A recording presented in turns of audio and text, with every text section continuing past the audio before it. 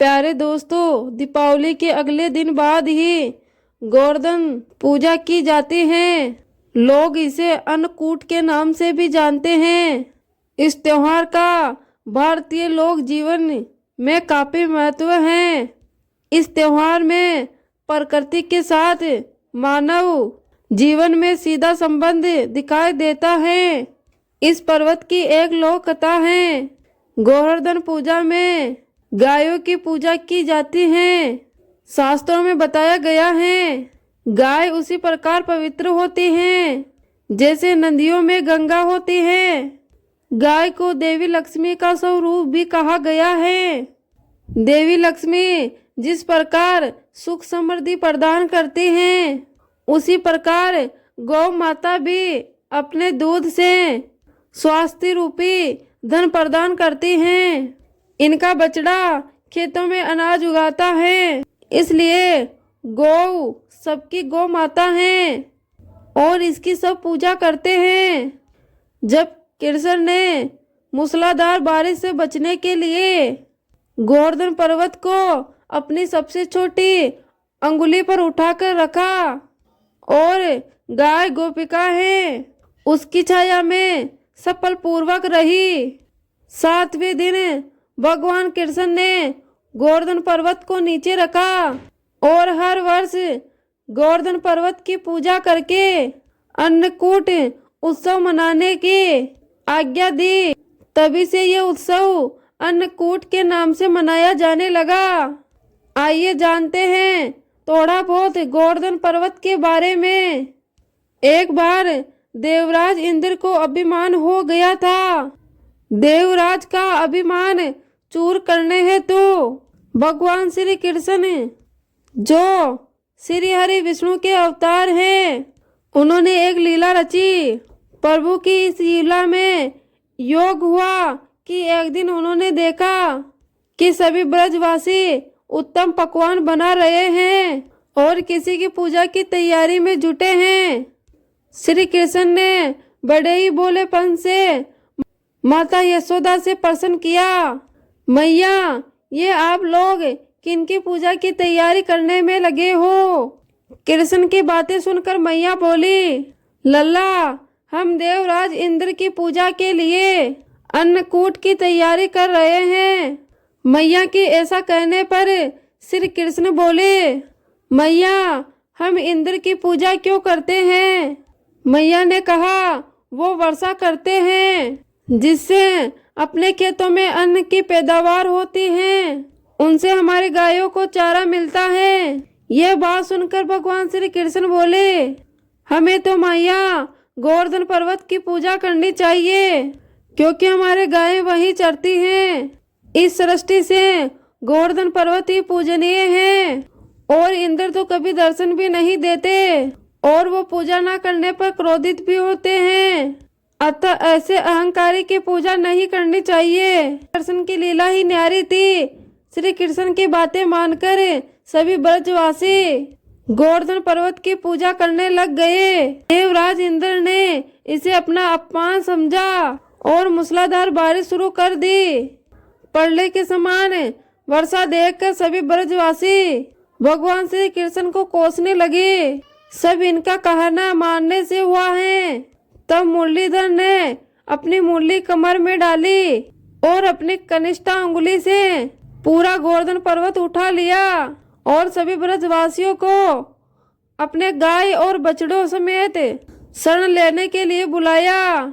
इंद्र कृष्ण की लीला देखकर और क्रोधित हुआ और वर्षा बहुत तेज करने लग गया। इंद्र का घमंड चूर करने के लिए तब श्री कृष्ण ने सुदर्शन चक्र से कहा, आप पर्वत पर रहकर वर्षा की गति को नियंत्रित करें।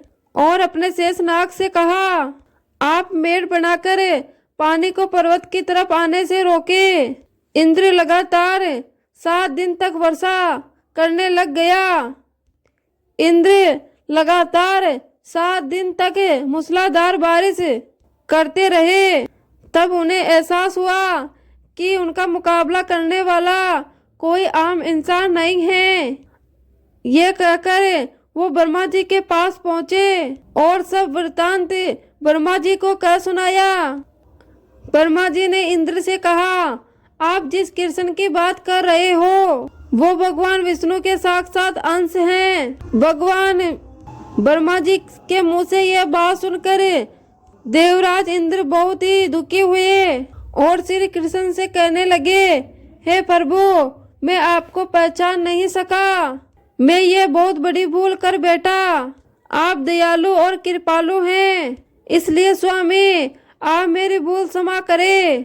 इसके बाद देवराज इंद्र ने श्री कृष्ण के पूजा करके धूप लगाया। इस पौराणिक घटना के बाद ही गोवर्धन पर्वत की पूजा की जाने लगी। ब्रजवासी इस दिन गोवर्धन पर्वत की पूजा करते हैं।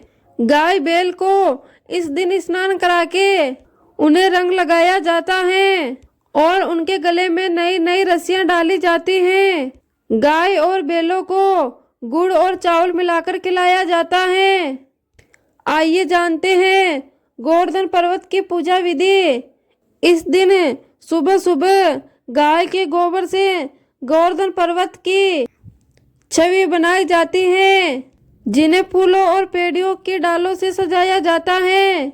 फिर शाम के समय ये इसकी पूजा की जाती है। पूजा में धूप, दही, दूध, जल, फल, दीपक, घी, पतासे आदि सामग्री का इस्तेमाल किया जाता है। इसके बाद इसकी परिक्रमा लगाई जाती है। मैं सुनाने जा रही हूँ राधा कृष्ण की रोचक कहानी। शिवपुरम गांव में गायत्री और सुरेश नाम का पति और पत्नी रहते थे। वो दोनों लड्डू गोपाल के बहुत बड़े भगत थे। वो दिन रात लड्डू गोपाल का नाम ही गुनगुनाते रहते थे। उनकी शादी को 3 साल हो गए, लेकिन उनके कोई औलाद नहीं थी। सुरेश गांव के जमींदारों की खेती में काम किया करता था। सुरेश के काम पर जाने के बाद गायत्री अपने लड्डू गोपाल को नहलाती, खिलाती, कपड़े पहनाती और उनके लिए भोग बनाकर उनको खिलाया करती थी।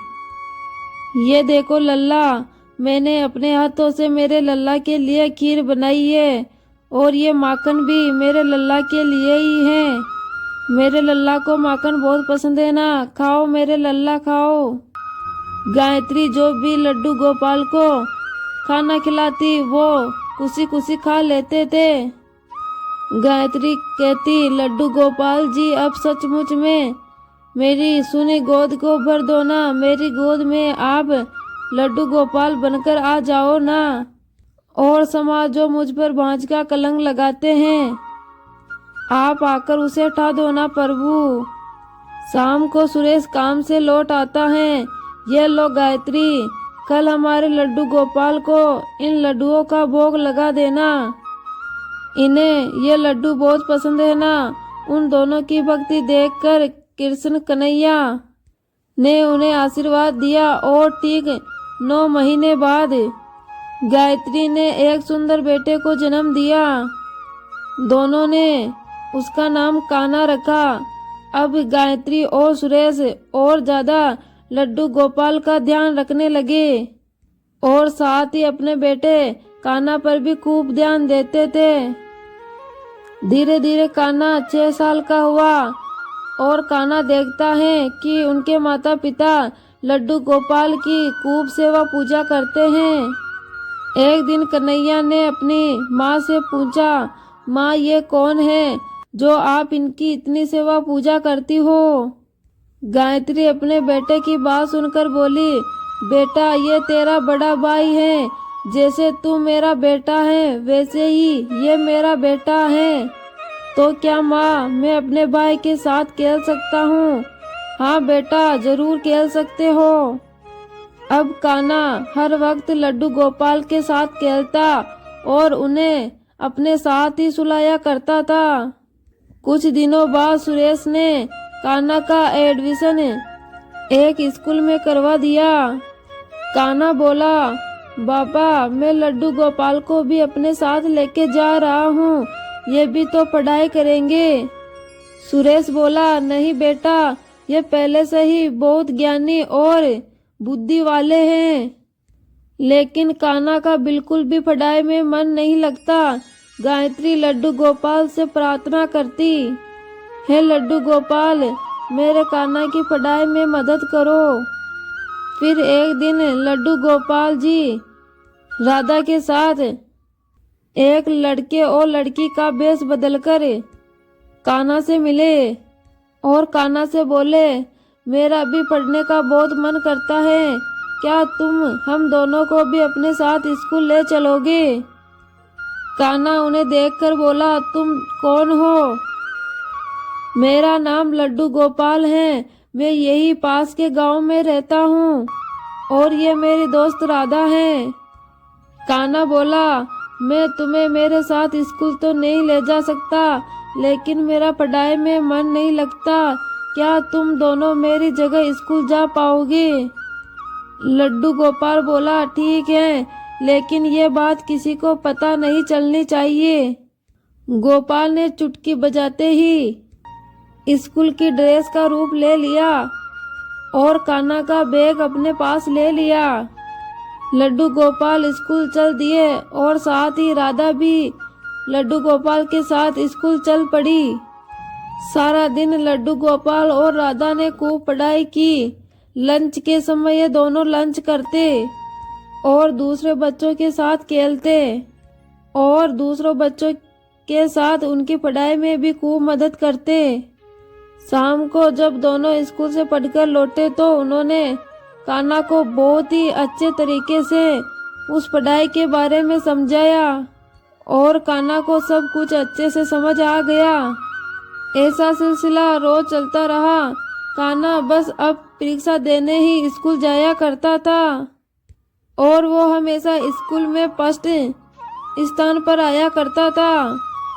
कान्हा अब बड़ा हो गया। उसकी पढ़ाई की लगन देखकर उसके माता पिता ने उसे आगे की पढ़ाई के लिए शहर भेज दिया। कान्हा दूसरे शहर तो चला गया, लेकिन उसे वहाँ लड्डू गोपाल और राधा की याद सताने लगी। तभी वो दोनों वहाँ प्रकट हुए। कान्हा बोला, तुम यहाँ कैसे? लड्डू गोपाल बोला, मैं तो हर समय तुम्हारे साथ ही रहता हूँ। कान्हा बोला, सच सच बताओ गोपाल, आखिर तुम हो कौन? गोपाल बोला, मैं वही हूँ जिसकी याद में तुम पढ़ते नहीं थे, यानी कि तुम्हारा बड़ा भाई लड्डू गोपाल। मैं हूँ लड्डू गोपाल और ये है राधा। ऐसा कहते ही लड्डू गोपाल और राधा अपने असली रूप में आ जाते हैं।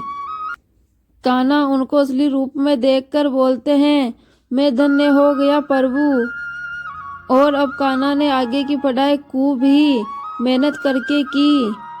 लड्डू गोपाल और राधा अब भी उसकी पढ़ाई में उसकी मदद किया करते थे। कान्हा को अब अच्छी कंपनी में ऊंची पोस्ट मिल गई और कान्हा के माता पिता भी अब खुशी खुशी अपना जीवन जीने लगे। और कान्हा ने लड्डू गोपाल और राधा की सारी बातें अपने माँ को बताई। गायत्री बोली, मैं तो पहले ही जानती थी कि मेरे लड्डू गोपाल जरूर अपनी मदद करते हैं।